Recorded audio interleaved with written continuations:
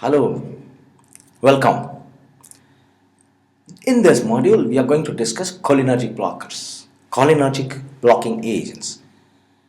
And I hope you remember there are two types of cholinergic receptors, muscarinic and nicotinic.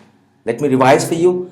Muscarinic contain the heart, the smooth muscles, the exocrine glands, the eye, that you have the sphincter pupillae in the eye and the ciliary muscle of lens, and you have muscarinic receptors in the central nervous system. The nicotinic receptors are the skeletal neuromuscular junction, the autonomic ganglia, and the adrenal medulla.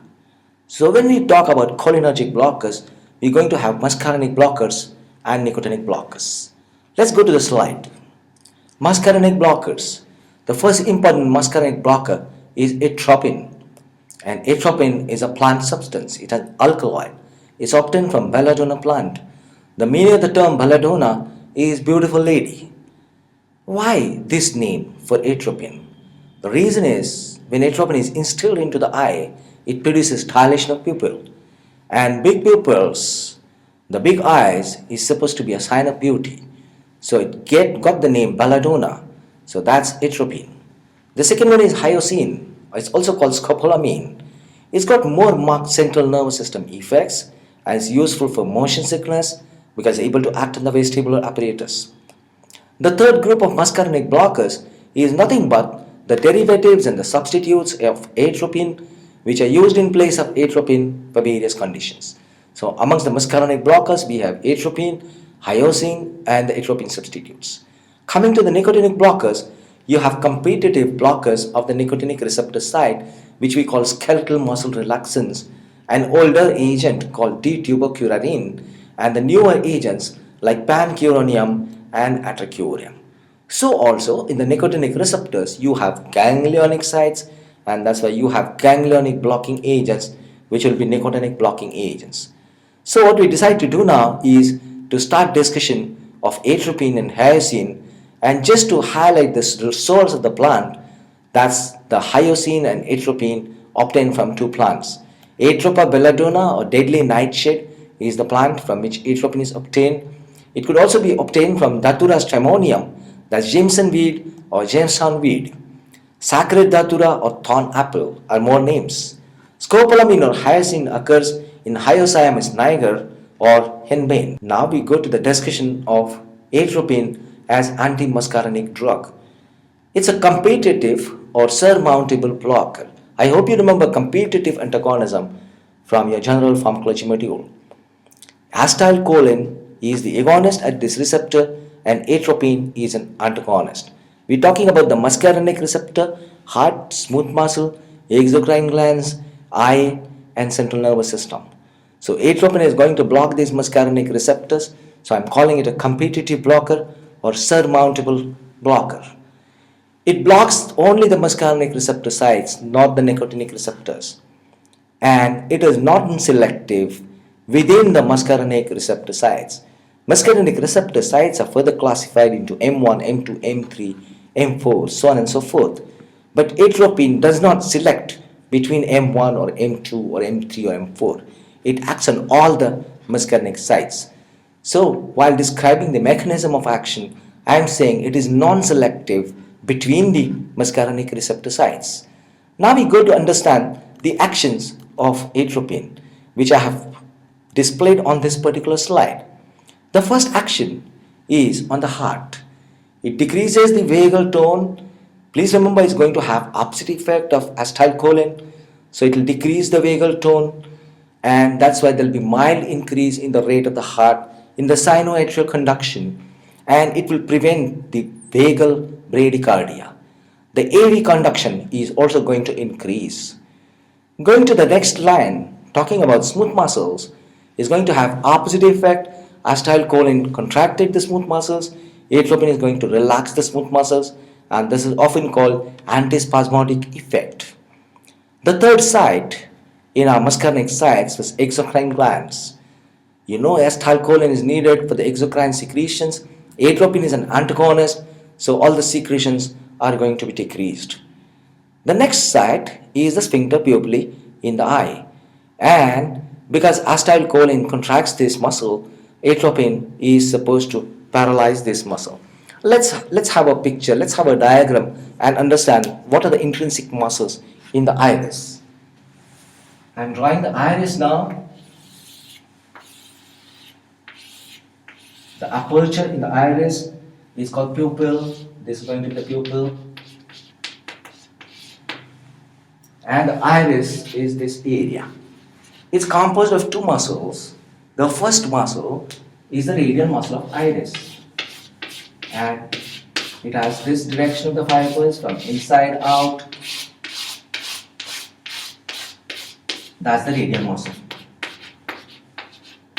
This radial muscle of iris is also called dilator pupillae, and it's under sympathetic control. So I'll put it here as sympathetic. What we're talking about on this module is atropine. And atropine acts on the muscarinic site. What is this muscarinic site? The muscarinic site is the sphincter pupillae. So I'm drawing the sphincter pupillae in this blue color.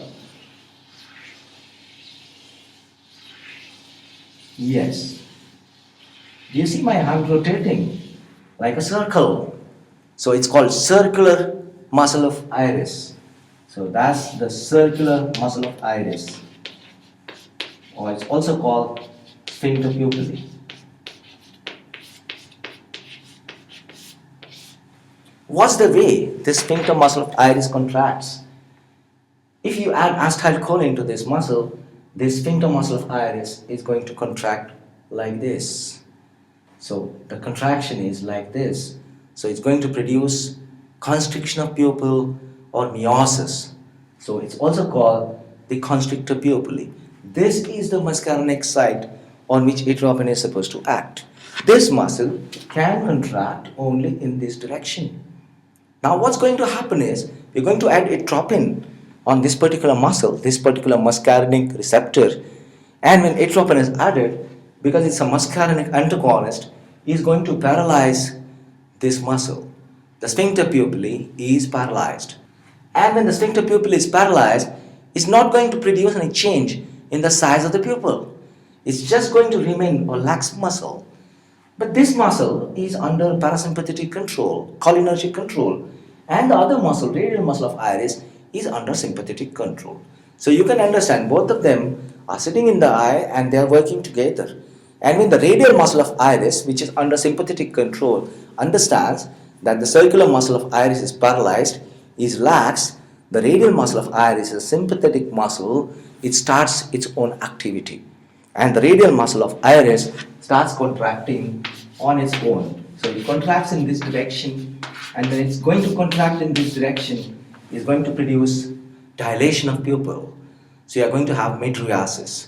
And that's the mechanism by which atropine produces mydriasis. Please mind well, atropine is not acting on the radial muscle of iris. It has acted on the sphincter muscle, and the radial muscle of iris has dilated the pupil on its own. It's not the action of atropine. It's not an active phenomenon. The radial muscle of iris went into activity on its own, and this is why this dilation of pupil is called passive mydriasis. Let me have some space here to write. That's called passive mydriasis.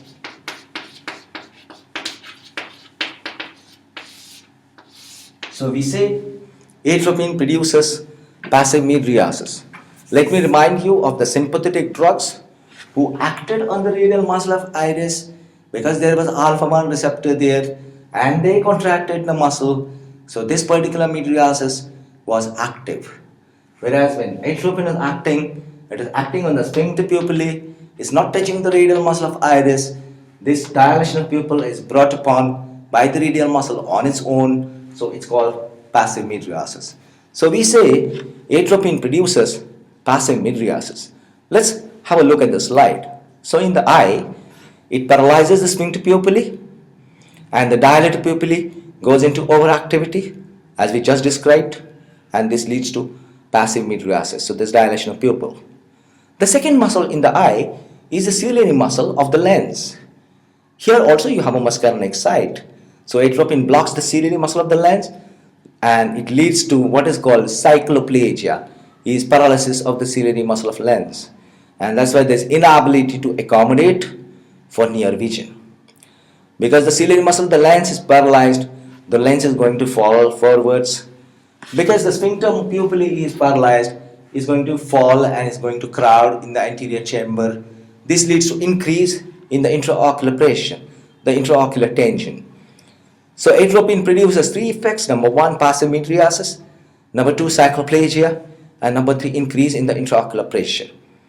The last action of atropine is in the CNS and in the central nervous system is able to decrease the tremors and able to decrease the rigidity, because these effects could be the effects of acetylcholine, the central effects of acetylcholine.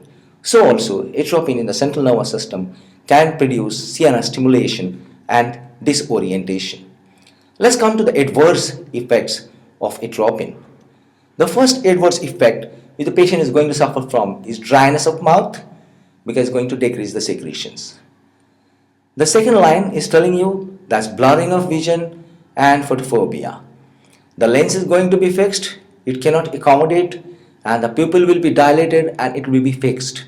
If light comes on this particular pupil, this pupil cannot constrict, because atropine has paralyzed the constrictor pupillae, and that's why the pupil will be wide open and it will be dilated. Naturally, the patient cannot tolerate the light and is tempted to close his eyes. So we are calling it as photophobia. So the patient would get blurriness of vision, photophobia, and increased intraocular tension. The third thing which would happen is due to the relaxing effect in the smooth muscle of urinary tract, and that's retention of urine and urgency. The fourth one is obviously going to happen is decrease in all the secretions. So as you have dryness of mouth, you will have dryness of the respiratory secretions. And what I've done on this slide is I have written XX, this red one, telling you that please don't use this drug in chronic obstructive pulmonary diseases.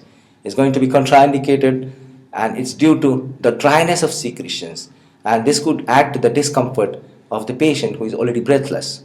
So also you will have dryness of the secretions in the eye. In the gastrointestinal tract is going to produce constipation, because there is relaxing effect on the gastrointestinal tract. As far as the heart is concerned, is going to lead to mild increase in the heart rate, so that's called tachycardia. If atropine is taken in a large dose, that's the overdose of what you call poisoning, then you are going to get decrease in the thermoregulatory sweating. It's going to lead to hyperpyrexia. This patient will have elevated body temperature, there will be flushing, and as I said, it stimulates the CNS a bit and produces disorientation. So there could be confusion, excitement, agitation, delirium, disorientation, and finally coma. What I want you to remember is the diagnosis of atropine poisoning, two important things: hyperpyrexia and coma. Hyperpyrexia and coma. If you think of these two things coming together, don't forget about atropine. Let's come to the therapeutic uses of atropine. Number one is used as pre-anesthetic medication in the dose of 0.6 milligrams intramuscular or intravenous. Why we prefer atropine as a pre-anesthetic medication?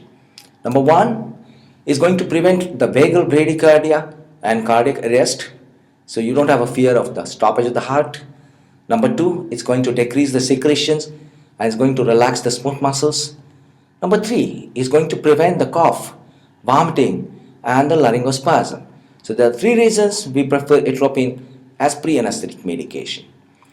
If you have seen a lecture on the anti-cholinesterase agents, I hope you would remember atropine is the drug of choice to treat organophosphorus compound poisoning, and it's 2 to 3 milligrams intravenous to start with.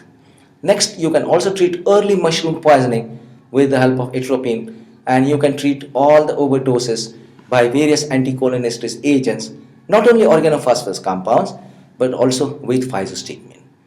I'm reminding you, physostigmine crosses blood-brain barrier and atropine also crosses blood-brain barrier. That's a very important issue. So if you have a physostigmine overdose, you could use atropine for the management. If you have atropine overdose, you could use physostigmine to manage this overdose.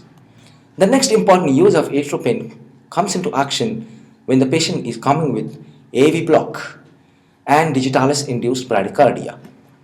AV block and digitalis induced bradycardia, because atropine is going to block the muscarinic receptors in the heart.